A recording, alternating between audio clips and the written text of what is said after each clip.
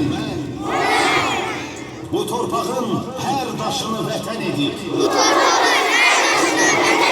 onun uğrunda canından keçen,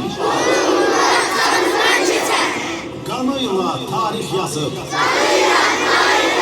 özü bu tarihe sığmayan, bir ananın oğlu kimi doğulup, min anaya oğul olan,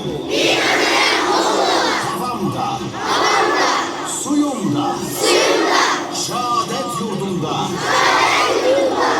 vətən dileyen, bize kanlı dövüşlerin gelebe gururunu yaşatan,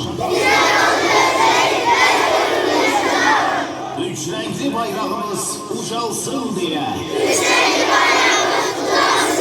evine bayrağa bükülüp dönen, şehitlerimizin ruhuna and içiren,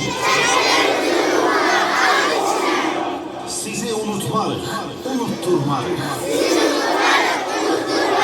Hatireniz ebedi, adınız ölmez